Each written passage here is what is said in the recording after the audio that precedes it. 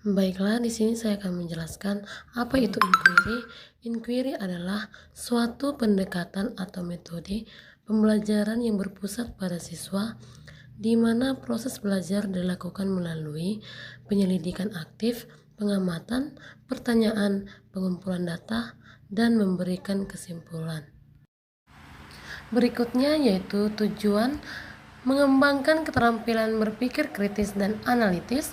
Yang kedua, meningkatkan rasa ingin tahu dan minat belajar siswa. Yang ketiga, melatih keterampilan pemecahan masalah. Yang keempat, menumbuhkan kemampuan belajar. Yang kelima, mengembangkan kemampuan bekerja secara kolaboratif. Tugas praktik pembelajaran inquiry. Contoh tugas praktik pembelajaran inquiry yang dapat melatih siswa memperbaiki atau berpikir kritis, kreatif, dan aktif menyelidiki. Yang pertama yaitu IPA, menyelidiki pengaruh cahaya terhadap pertumbuhan tanaman kacang hijau.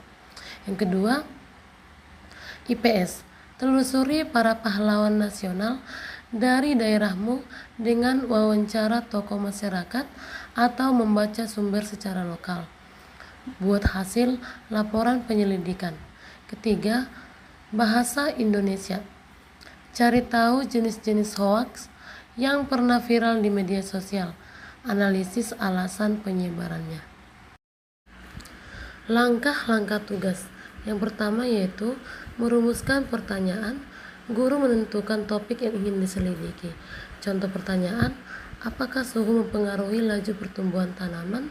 Yang kedua, menyusun hipotesis. Buat dugaan sementara berdasarkan pengetahuan awal. Contoh, jika suhu lebih tinggi, maka pertumbuhan tanaman akan lebih cepat. Ketiga, merancang prosedur. Rancang langkah-langkah kegiatan atau misalnya eksperimen, observasi, wawancara, dan survei. Siapkan alat dan bahan yang diperlukan. Yang keempat, melaksanakan penyelidikan. Lakukan kegiatan sesuai rancangan. Amati dan dokumentasikan setiap hasil atau perubahan yang terjadi. Yang kelima, mengumpulkan dan mencatat data.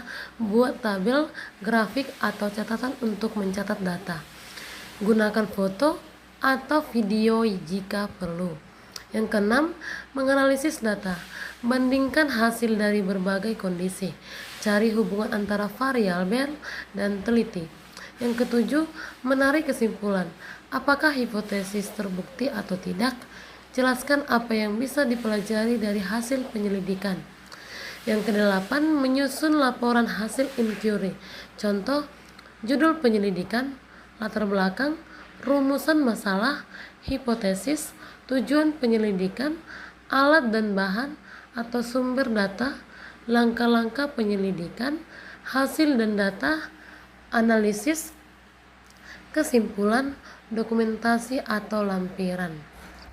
Formulasi pertanyaan tambahan. Contoh formulasi pertanyaan tambahan. Yang pertama, apa yang menyebabkan hal ini terjadi? Yang kedua, apa buktinya? Yang ketiga, bagaimana cara kerja proses ini? Yang keempat, apa akibat dari perubahan ini? Yang kelima, apakah ada faktor lain yang mempengaruhinya? Yang keenam, bagaimana jika kondisinya diubah? Pengumpulan data atau informasi. Yang pertama yaitu observasi langsung atau pengamatan. Mengamati fenomena atau objek secara langsung. Contoh, mengamati pertumbuhan tanaman setiap hari. Yang kedua, eksperimen atau percobaan. Melakukan percobaan dan mencatat hasilnya.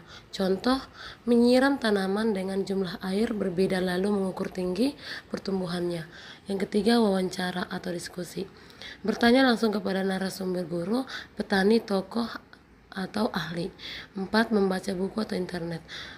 Menambah informasi atau wawasan dan pengetahuan awal sebelum melakukan penyelidikan. Yang kelima, dokumentasi.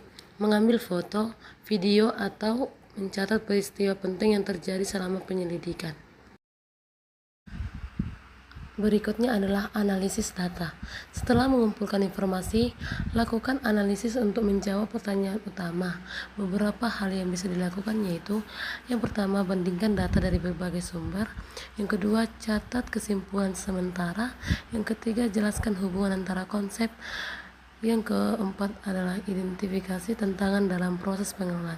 Sekian dari video saya, terima kasih.